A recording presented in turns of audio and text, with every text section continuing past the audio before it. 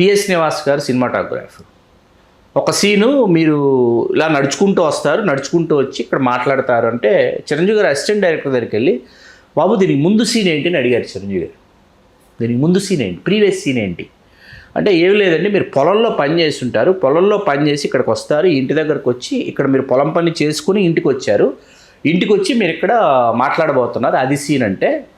Scene start camera అనే టైంకి PS Nivas గారు, దర్శకుడు గోడపాటి రాజ్ కుమార్, చిరంజీవి గారు అక్కడ ఉన్నటువంటి గడ్డివామం దగ్గరికి వెళ్ళి ఆ గడ్డి అవి తీసుకుని నెత్తి మీద కొన్ని చేతుల మీద కొన్ని వేసుకుని పొలంలో పనిచేసి వచ్చినటువంటి వాళ్ళు ఎటువంటి బాడీ లాంగ్వేజ్ని ప్రదర్శిస్తారో అటువంటి బాడీ లాంగ్వేజ్ని చిరంజీవి గారు ప్రదర్శించారంట. ఇలా దుంపుకొని పని చేసి అప్పుడే వచ్చాడు. పిఎస్ నివాస్ గారు చూశారు సినిమాటోగ్రఫర్, చిరంజీవి గారు పిలిచి అడిగారంట, ఎందుకు అలా చేశాడు సార్, ప్రీవియస్ సీన్లో పొలంలో పనిచేసి వచ్చే సీన్ అన్నారు, అది కరెక్ట్గా అది ఉండాలి కదా, అందుకంటే ఇదే శ్రద్ధ ఉంటే నేను ఎవ్వరు ఆపలేరు, నువ్వు గొప్ప ఆర్టిస్ట్ అవుతావు అని చెప్పాడంట ఆయన సినిమాటోగ్రాఫర్. ఇటువంటి శ్రద్ధ, భక్తి, భయము చిరంజీవి గారిని మెగాస్టార్ని చేశాయి. దాసనారాయణరావు గారు చేశారు, అల్లు అరవింద్ గారు ఎక్కువ సినిమాలు తీసి అల్లు అరవింద్ గారే చిరంజీవి గారిని తీర్చిదిద్ది, అల్లు అరవింద్ గారు ఎటువంటి సినిమాలు చిరంజీవి గారు చేస్తే ఆయన సూపర్ స్టార్ అవుతాడు, మెగాస్టార్ అవుతాడు, సూపర్ మెగాస్టార్ అవుతాడని ఊహించారు. ఇవన్నీ కాదండి, చిరంజీవి గారు తనను తాను తీర్చిదిద్దుకున్నటువంటి నటరాజు. చిరంజీవి గారి గాడ్ ఫాదర్ ఎవరు మీరు అడిగితే నేను చెప్పే పేరు చిరంజీవి గారి గాడ్ ఫాదర్ చిరంజీవి. ఓకే, ఎవ్వరు చిరంజీవి గారి గాడ్ ఫాదర్స్ లేరు. ఆయన గైడ్ చేసినటువంటి వాళ్ళు ఉన్నారు, తొలినాళ్లలో గైడ్ చేసినటువంటి వాళ్ళు ఉన్నారు. ఒక క్రాంతికుమార్ గారు గైడ్ చేశారు, ఒక జయకృష్ణ గారు మా చిరంజీవి అని భుజం మీద వేసుకుని చిరంజీవి గారికి ఈ సినిమాలో ఆ వేషం పడితే బాగుంటుంది, ఆ దర్శకుడి సినిమాలో ఈ పాత్ర పడితే బాగుంటుంది, ఇట్లా చేస్తే బాగుంటుంది ఒక జయకృష్ణ గారు. చిరంజీవి గారు డేట్లు చుట్టం మొదలుపెట్టిన తర్వాత ఎస్పి వెంకన్న బాబు అనే ఆయన, శ్రీపతి పండితారాధ్యుల వెంకన్న బాబు అనే ఆయన చిరంజీవి గారికి సంబంధించి ఆయన ఏ డైరెక్టర్కి, ఏ ప్రొడక్షన్ హౌస్కి, ఏ ప్రొడ్యూసర్కి డేట్లు ఇస్తే, ఎన్ని రోజులు డేట్లు ఇస్తే చిరంజీవి గారితో వీళ్ళు సరైన సినిమా తీస్తారు అనేటటువంటి నిర్ణయం ఎస్పి వెంకన్న బాబు గారు ఆయన చేశారు. చిరంజీవి గారికి ఏంటంటే 81 వచ్చే నాటికి ఆయనకు కోదండరామిరెడ్డి గారి రూపంలో ఒక దర్శకుడు దొరికాడు చిరంజీవి గారికి. ఆకలి మీద ఉన్న కోదండరామిరెడ్డి గారికి చిరంజీవి అనే ఒక హీరో దొరికాడు. అగ్నికి ఆజ్యం తోడైనట్టు ఏంటంటే వీళ్ళిద్దరూ కలిసి తెలుగు సినిమాని కమర్షియల్గా కొత్త బాట పట్టించారు.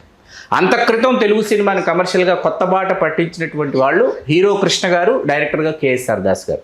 దానిని నెక్స్ట్ లెవెల్కి తీసుకెళ్లిన వాళ్ళు చిరంజీవి గారు, కోదండరామిరెడ్డి గారు. ఓకే, ఆ క్రమంలో రాఘవేంద్రరావు గారు తోడయ్యారు, రవిరాజ పినిశెట్టి గారు తోడయ్యారు, విజయబాబు నాయుడు గారు తోడయ్యారు చిరంజీవి గారికి. ఒక కేఎస్ రామారావు, ఒక కే దేవీవర ప్రసాద్, ఒక విజయబాబు నాయుడు లాంటి నిర్మాతలు చిరంజీవి గారు చుట్టూ చిరంజీవి గారితో ఇలాంటి సినిమాలు చేయాలి, ఒక టి త్రివిక్రమరావు గారు, ఇట్లా ఒక సెట్ ఆఫ్ ప్రొడ్యూసర్స్ ఏర్పడి తక్కువ సినిమాలు తీసినప్పటికీ ఏడిది నాగేశ్వరరావు గారు, కైకాల నాగేశ్వరరావు గారు వాళ్ళు ఇట్లా చిరంజీవి గారి చుట్టూ ఒక ఆరోగ్యకరమైనటువంటి నిర్మాతలు, ఆరోగ్యకరమైన పోటీతో నువ్వు 100 రోజుల సినిమాలు ఇస్తే నేను 125 రోజుల సినిమాలు ఇస్తాను, నువ్వు 125 రోజుల సినిమా ఇస్తే నేను 150 రోజుల సినిమా ఇస్తాను, ఒకరికొకరు పోటాపోటీగా సినిమాలు తీసుకుంటూ తనను తాను చిరంజీవి గారు తీర్చిదిద్దుకుంటూ ఆయన శిఖరం మీదకు వెళ్ళి ఆ శిఖరం మీద చిద్విలాసంగా అధిరోహించినటువంటి మెగాస్టార్ చిరంజీవి గారు. ఒక్కసారి మన ప్రేక్షకుల కోసము దాసనారాయణ గారు అంటే నారాయణరావు గారు ఏమన్నారు అనేది, అంటే ఇంతసేపు మాట్లాడుతున్నాం, ఎక్కడ సోర్స్ అనేది అడుగుతారు కాబట్టి ఒకసారి వినిపించే ప్రయత్నం చేద్దాం. తప్పకుండా. నెంబర్ 1 to 10 చిరంజీవి అంటే మిగతా హీరోలు అందరూ అయ్యారు. అంటే ఆ రేంజ్కి నేను ప్రమోట్ చేశాను. అతను ఎందుకు నేను తగ్గిస్తాను? చిరంజీవి ఇది నాకు చాలా అత్యంత ఆసక్తికరమైనటువంటి స్టడీ అండి.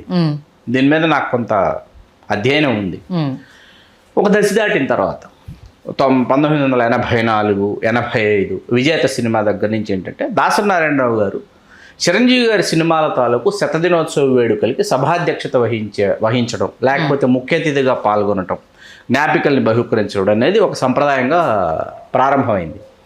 ప్రారంభమైన తర్వాత ఏమైందంటే తలవని తలంపుగా ఏంటంటే విశ్వనాథ్ గారిని పిలుస్తున్నామా, దాసరి గారిని పిలుస్తున్నామా, లేకపోతే రాఘవేంద్రరావు గారిని పిలుస్తున్నామా. కొన్ని సినిమాలకి దిలీప్ కుమార్ గారు వచ్చారు, కొన్ని సినిమాలకు రాజ్ కపూర్ గారు వచ్చారు. అవును, అట్లాగా కొన్ని వేడుకలకి శివాజీ గణేషన్ గారు వచ్చారు, ఎన్టీ రామారావు గారు కొన్ని వేడుకలకు వచ్చారు, నాగేశ్వరరావు గారు కొన్ని వేడుకలకు వచ్చారు, శోభన్ బాబు గారు కొన్ని వేడుకలకు వచ్చారు. చిరంజీవి గారి మనం గతంలో మాట్లాడుకున్నాం, చట్టానికి కళ్ళు లేవు సంధ్యా థియేటర్, శోభన్ బాబు గారు చీఫ్ గెస్ట్, అది 100 days ఫంక్షన్కి. అట్లా దాసనారాయణ గారు ఏంటంటే సభాధ్యక్షత వహించడం, ముఖ్య అతిథిగా ఆయన పాత్ర పోషించడం. ఆయన మనం దీని స్టడీ అనే మాట నేను ఇందాక ఉపయోగించి అధ్యయనం అని చెప్పాను. అధ్యయనం ఏంటంటే అంతకంతకు విక్రమ పరాక్రముడిలాగా త్రివిక్రముడిలాగా ఎదుగుతున్నటువంటి మెగాస్టార్ చిరంజీవి యొక్క ఈ వేడుకలలో పాల్గొంటే ఏంటంటే తన పెద్దరికాన్ని తాను కాపాడుకున్నట్టు, తాను కూడా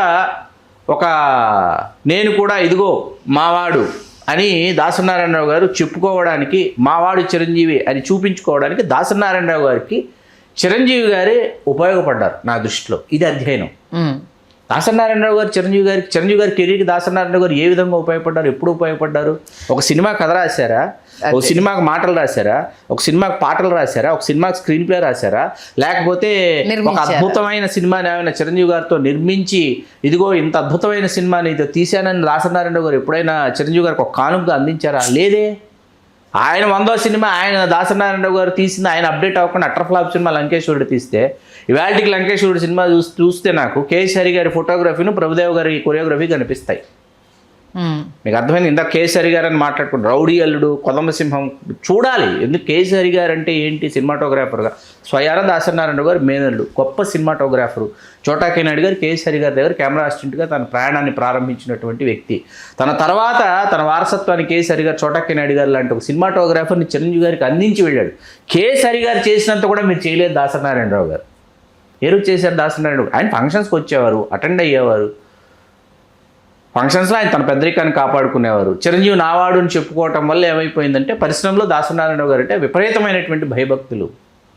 ప్రేక్షకుల్లో అమ్మో దాసనారాయణరావు గారు. ఎస్, దాసనారాయణరావు గారి ప్రతిభని మనం ఇవాళ ఎవరు శంకించాల్సినటువంటి పరిస్థితి లేదు. రిలేషన్ గురించి మాట్లాడుతున్నా. ఒక శివరంజన్ కానీ, ఒక బహదూర్ బాటసారి కానీ, ఒక ప్రేమాభిషేకం కానీ, ఒక మేఘ సందేశం కానీ ఆయనే తీయగలరు. ఒక బొబ్బిలిపులు కానీ, సర్దార్ పాపారెడ్డి కానీ ఆయనే తీయగలరు, ఆయనే చేయగలరు. ఆ తర్వాత దాసనారాయణరావు గారు ప్రభ మసగబారిన తర్వాత ఆయన ఏంటంటే చిరంజీవి గారు తనకు చెప్పి తన చెప్పు చేతల్లో ప్రజారాజ్యం పార్టీని పెట్టాలనుకునేటటువంటి ఒక ఆలోచన దాసనారాయణరావు గారు చేశారు.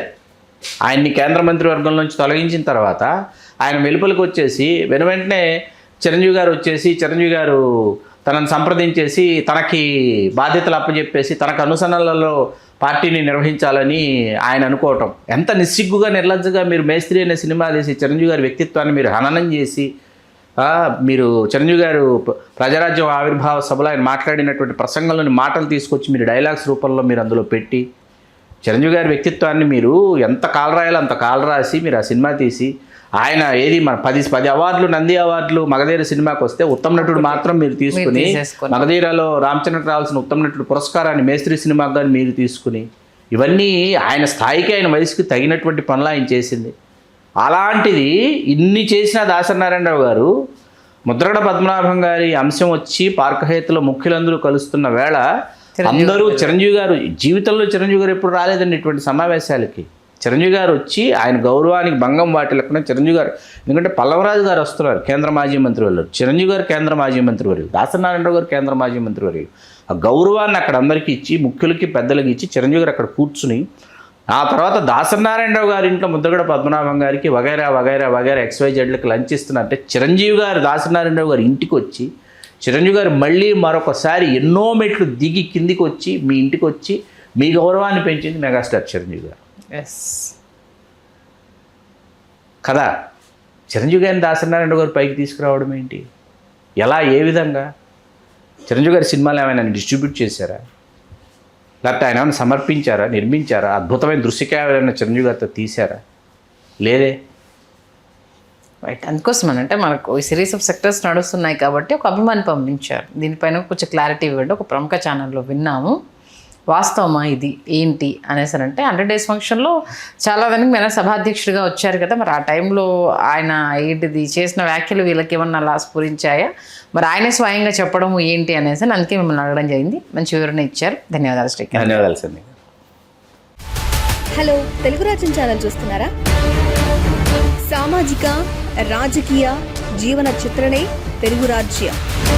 అతిశయోక్తులు, అసత్యాలు ఉండవు. రాజకీయ కోణం కాదు, ప్రజా కోణమే కొలబద్ద. తెలుగు రాజ్యం వీక్షణ మీ ఉత్తమ అభిరుచికి నిదర్శనం.